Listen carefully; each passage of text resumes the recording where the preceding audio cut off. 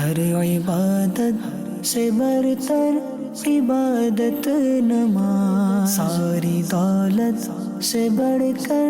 ہے دولت نماز، ہر عبادت سے برتر عبادت نماز۔ الحمد للہ رب العالمین والصلاة والسلام على سید الانبیاء والمرسلین، اما بعد فاعوذ باللہ من الشیطان الرجیم، بسم اللہ الرحمن الرحیم۔ الصلاة والسلام علیک یا رسول اللہ وعلى آلک واصحابک یا حبیب اللہ، الصلاة والسلام علیک یا نبی اللہ وعلى آلک واصحابک یا نور اللہ۔ سرکار مدینہ صلی اللہ تعالی علیہ وآلہ وسلم کا فرمان عالی شان ہے، من صلی علی فی یوم الف مرہ لم یمت حتی یرا مقعدہ من الجنہ۔ ارشاد فرمایا جو مجھ پر دن بھر میں 1000 مرتبہ درود پاک پڑھے وہ اس وقت تک نہیں مرے گا جب تک جنت میں اپنا ٹھکانہ نہ دیکھ لے۔ صلو علی الحبیب صلی اللہ تعالی علی محمد صلی اللہ علیہ وسلم۔ پیارے پیارے اسلامی بھائیوں اور مدنی چینل کے ناظرین، یہ ہے پروگرام احکام نماز اور ہم آپ کو اس میں خوش آمدید کہتے ہیں۔ حصول ثواب کی خاطر بیان سننے سے پہلے اچھی نیتیں بھی فرما لیجئے کہ فرمان مصطفیٰ صلی اللہ تعالی علیہ وآلہ وسلم ہے، نیت المؤمن خیر من عملہ، مومن کی نیت اس کے عمل سے بہتر ہے۔ مدنی چینل کے ناظرین، آج کے اس پروگرام میں ہم نماز قصر کے حوالے سے چند ایک مسائل ڈسکس کریں گے۔ شرعاً مسافر اس شخص کو کہا جاتا ہے جو 3 دن کی راہ تک جانے کے لیے وہ اپنی بستی سے باہر نکل جاتا ہے، ایسے شخص کو مسافر کہا جاتا ہے۔ اگرچہ کہ جو شخص اس سے کم سفر کرے وہ بھی مسافر تو ہوتا ہی ہے، گھنٹہ، آدھا گھنٹہ، 2 گھنٹہ، یہ بندہ اگر سفر کرتا ہے، اپنی بستی سے نکلتا ہے، تو تب بھی وہ مسافر تو ہوتا ہے، یعنی اسے ہم مسافر کہتے ہیں۔ لیکن آج جس مسافر کی بات کر رہے ہیں یہ وہ شخص ہے کہ جس کے اوپر نماز میں قصر کرنا یہ لازم ہو جاتا ہے۔ اس کے لیے ضروری ہے کہ وہ شخص، وہ مسافر اپنی بستی سے 3 دن کے ارادے سے باہر نکلے۔ 3 دن سے مراد کیا ہے؟ یہ سال کا جو سب سے چھوٹا دن ہوتا ہے، فقہا نے کہا وہ مراد ہوتا ہے۔ اور اس 3 دن کی جو راہ ہے، اس سے مراد یہ نہیں ہے کہ مسلسل بندہ سفر ہی کرتا رہے، یعنی صبح اگر نکلا ہے تو شام تک سفر ہے، پھر ساری رات سفر ہے، پھر اس سے اگلے دن سفر، پھر ساری رات سفر، پھر اس سے اگلے دن سفر، یعنی مسلسل بندہ سفر میں ہی رہے، کہیں سٹے نہ کرے، یہ مراد نہیں ہے۔ بلکہ جو انسان کی حاجات ہوتی ہیں، ضروریات ہوتی ہیں، وہ کرنے کی بھی اجازت ہے۔ مثال کے طور پہ راستے میں کھانے کے لیے رکنا، پینے کے لیے رکنا، قضاء حاجت کے لیے رکنا، جو عرفاً جتنا معمول ہوتا ہے کہ بندے کو آرام کی حاجت بھی پڑتی ہے، اتنی دیر کے لیے آرام کے لیے رک جانا، جیسے راتوں کو آرام کر لیتا ہے اور صبح پھر سفر کر لیتا ہے۔ اور جو اس کی حاجات ضروریہ ہیں، جو طبعی حاجات ہیں، یہ اس کے لیے بھی ٹھہر جاتا ہے، تو شرعاً اس میں کوئی حرج نہیں ہے۔ مراد اس سے یہ ہے کہ چلنے میں، سفر کرنے میں معتدل چال جو ہے وہ چلنا ہے، بہت تیز نہیں، یعنی ایسا نہیں ہے کہ بہت تیز یعنی دوڑ کے سفر کرے، نہ تیز نہ سست، بس ایک درمیانی چال، ایک معتدل چال، اس انداز میں چلتے ہوئے سفر کرے تو اتنا سفر کرنے میں یہ 3 دن کے اندر جو ڈسٹینس طے ہوتا ہے تو فرمایا کہ اس کو لیا جائے گا. گویا کہ 3 دن کی جو راہ ہے، اس 3 دن کی راہ کے لیے اگر اپنی بستی سے باہر نکلے گا تو اسے مسافر شرعی کہا جائے گا، یعنی ایسا مسافر کہ جس پر نماز میں قصر کرنا لازم ہو جاتا ہے. اچھا ناظرین، اس میں ایک اور بات ہے کہ اگر ایک شخص خشکی کا سفر کرتا ہے، یعنی خشکی میں آدمی سفر کرے تو انداز اور ہوتا ہے، پیدل چلے گا یا کسی سواری پر جائے گا. اونٹ پر سفر کرے تو پھر انداز اور ہوتا ہے، تو یا پہاڑی راستے میں سفر کرے تو پھر انداز اور ہوتا ہے. تو اس میں علماء نے یہی لکھا کہ ہر ایک کا اپنے اپنے حساب سے جو مناسب ہے اسی کو لیا جائے گا. اگر خشکی کا ہے تو خشکی میں آدمی اور اونٹ یعنی سواری کی درمیانی جو چال کا اعتبار ہوتا ہے وہی کیا جاتا ہے، یعنی درمیانی جو چال ہے اس کا اعتبار خود کرے گا تو اس کا اپنا، سواری پر کرے گا تو سواری کا جو درمیانہ چال ہوتی ہے یعنی معتدل انداز ہوتا ہے اسی کو یہاں پر لیا جائے گا. یوں ہی پہاڑی راستہ ہے تو پھر اسی حساب سے جو اس کے لیے مناسب ہو وہ لیا جائے گا. اور دریا میں کشتی کی چال یہ اس وقت کی چال ہے کہ ہوا نہ بالکل رکی ہوئی ہو نہ بہت زیادہ تیز ہو، اس کا اعتبار کیا جاتا ہے. البتہ آج کل چونکہ گاڑیوں کا دور ہے اور گاڑیوں میں تو بہت زیادہ سفر تھوڑے گھنٹوں میں طے ہو جاتا ہے، یعنی وہ سفر کے جو ایک دن میں طے کیا جاتا تھا وہ چند گھنٹوں میں 2 گھنٹے 3 گھنٹے 1 گھنٹہ اس میں طے ہو جاتا ہے. بلکہ جہاز میں سفر کریں تو اور زیادہ آسان ہو جاتا ہے. تو آج کل چونکہ گاڑیوں کا دور ہے تو فقہا نے ان 3 دنوں کو جو سفر عام طور پہ ان 3 دنوں میں کیا جاتا تھا اس کو کاؤنٹ کر کے یہ بیان کیا کہ کم سے کم 92 کلومیٹر سفر کرنے والا جو شخص ہے وہ شرعی مسافر کہلائے گا. اور 92 کلومیٹر کی مسافت کا اعتبار ایک شہر کی آبادی کے اختتام سے دوسرے شہر کی آبادی کی ابتدا تک کیا جائے گا. یعنی جس بستی سے نکلا ہے وہاں کی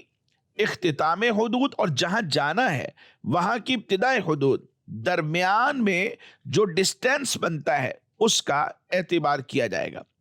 اگر تو ایک شہر کی آبادی کی انتہا سے لے کر دوسرے شہر کی آبادی کی جو ابتدا ہے اس کے درمیان میں کم سے کم 92 کلومیٹر کا سفر بنتا ہے یا فاصلہ بنتا ہے یا مسافت بنتی ہے تو پھر یہ شرعی مسافر کہلائے گا، ورنہ نہیں. اب یہاں پر سوال یہ ہے کہ کسی جگہ جانے کے 2 راستے ہوتے ہیں، یعنی ایک شہر میں ہم نے پہنچنا ہے تو وہاں تک جانے کے 2 راستے ہیں. جیسے مثال کے طور پہ ایک جی ٹی روڈ ہے اور دوسرا جو ہے وہ موٹر وے ہے. تو اب یہ 2 راستے اس شہر میں پہنچتے ہیں. اگر ان دونوں راستوں میں سے ایک راستے کو دیکھیں تو مسافت شرعی بنتی ہے، یعنی کم سے کم 92 کلومیٹر یا اس سے زیادہ. اور اگر دوسرے راستے کو دیکھا جائے تو مسافت کم بنتی ہے، یعنی 92 کلومیٹر سے کم بنتی ہے. تو ایسا شخص بھی مسافر کہلائے گا یا نہیں؟ اس حوالے سے علماء نے یہ لکھا کہ اگر کسی بھی جگہ جانے کے راستے 2 ہوں، ایک سے شرعی مسافت بنتی ہو اور دوسرے سے نہ بنتی ہو، تو اب یہ بندہ جس راستے سے ٹریول کرے گا، جس راستے سے جائے گا،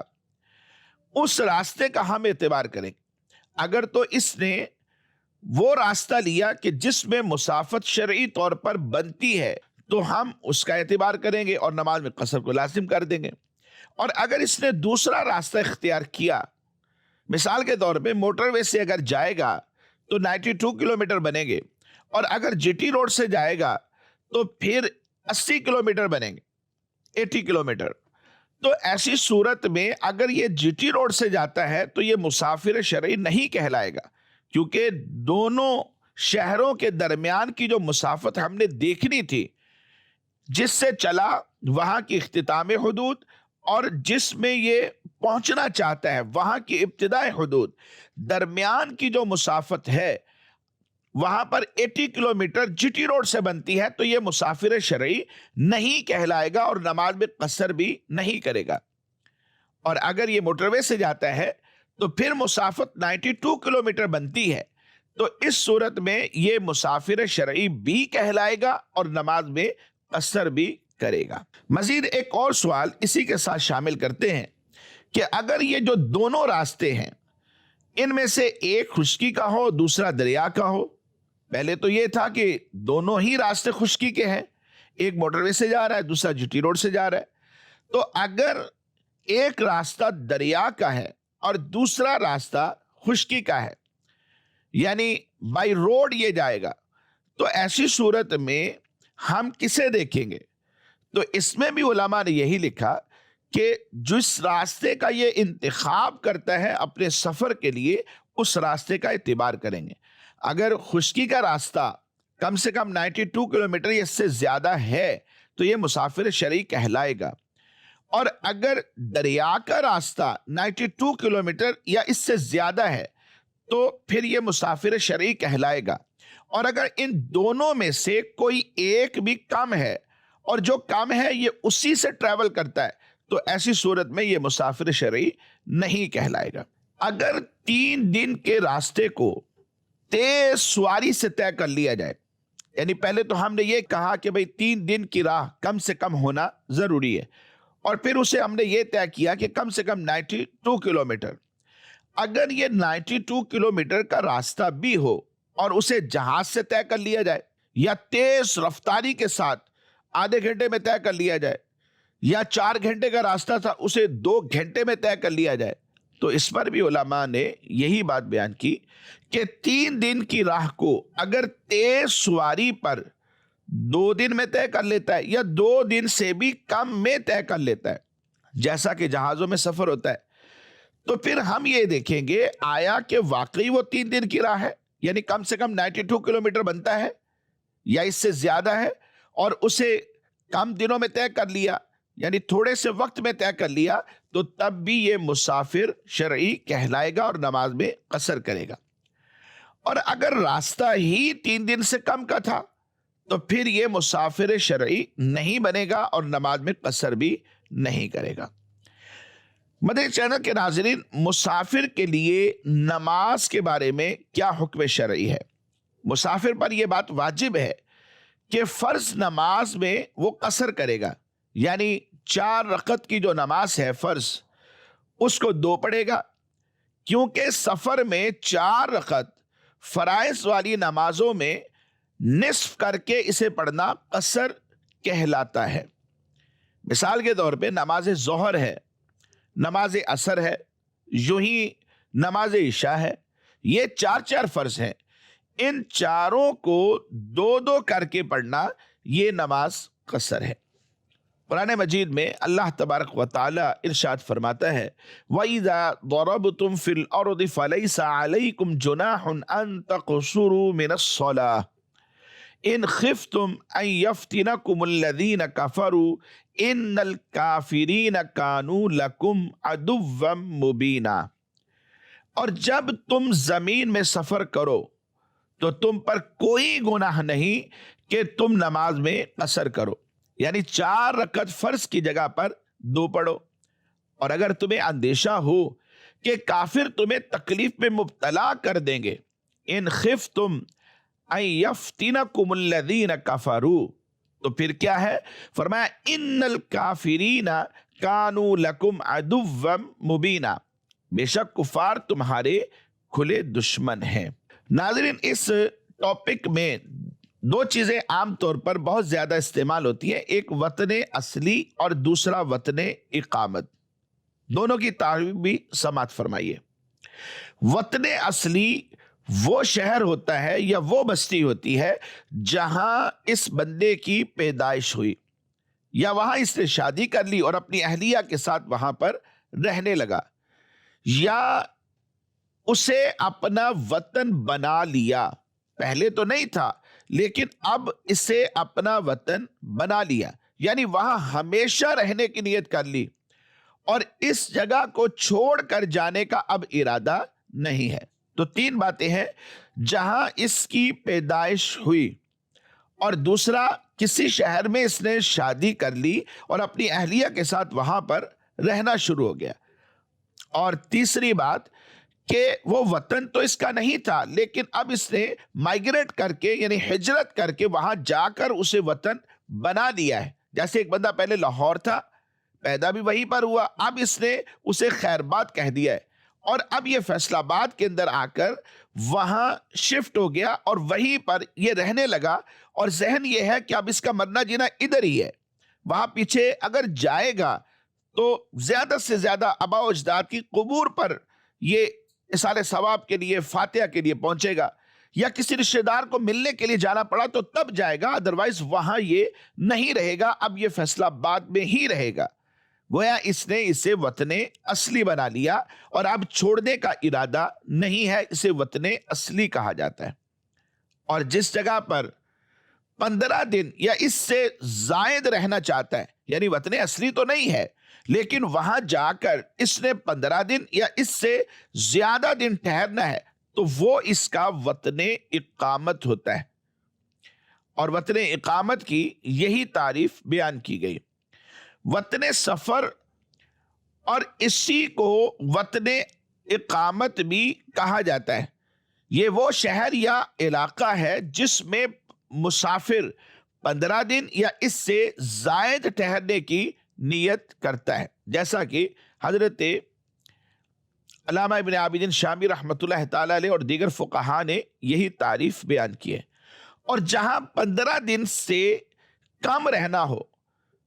تو وہ وطن اقامت نہیں ہوتا، وہ یوں ہی کہا جائے گا کہ یہ اس کا عارضی وطن ہے، اور یہاں پر یہ نماز سفر کے اعتبار سے یعنی قصر پڑے گا، جو 4 رکعت والی نماز ہے اس کو یہ 2 کر کے پڑے گا۔ وطن اقامت یہ باطل بھی ہو جاتا ہے، وطن اقامت سے باطل ہوتا ہے، یعنی ایک جگہ 15 دن رہنے کی نیت کی ہے، اب وہاں سے یہ دوسری جگہ چلا جاتا ہے، وہاں پر 15 دن رہنے کی نیت کر لیتا ہے، تو یہ وطن اقامت جو پہلا تھا دوسرے نے اس کو باطل کر دیا۔ اور یا پھر ایسا بھی ہوتا ہے کہ وطن اقامت سے جب بندہ سفر شروع کر لیتا ہے،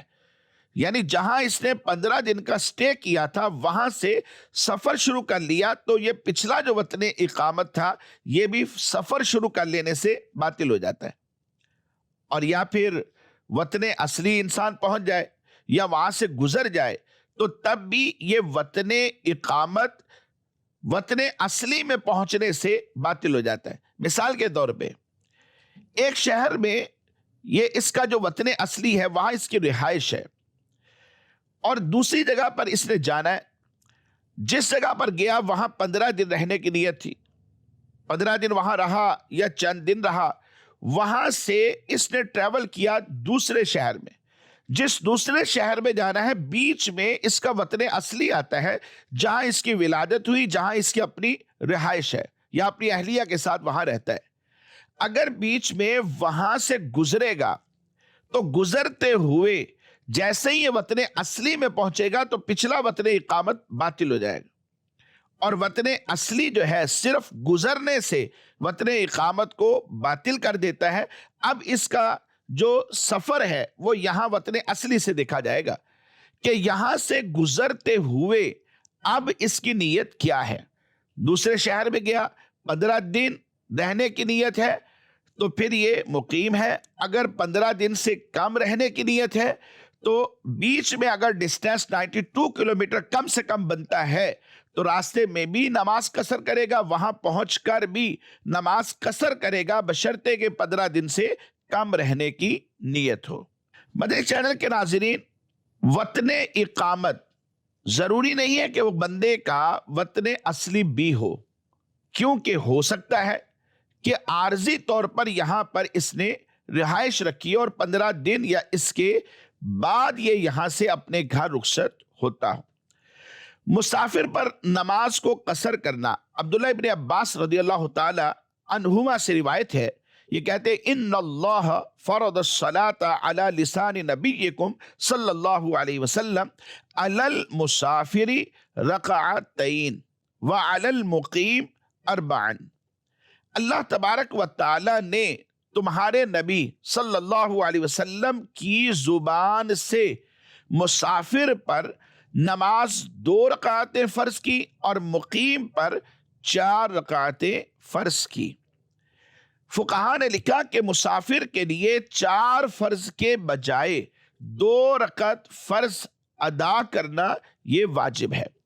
حضرت عبداللہ ابن عمر رضی اللہ تعالی عنہما سے ایک روایت مروی ہے، کہتے ہیں کہ نبی پاک صلی اللہ علیہ وسلم کے ساتھ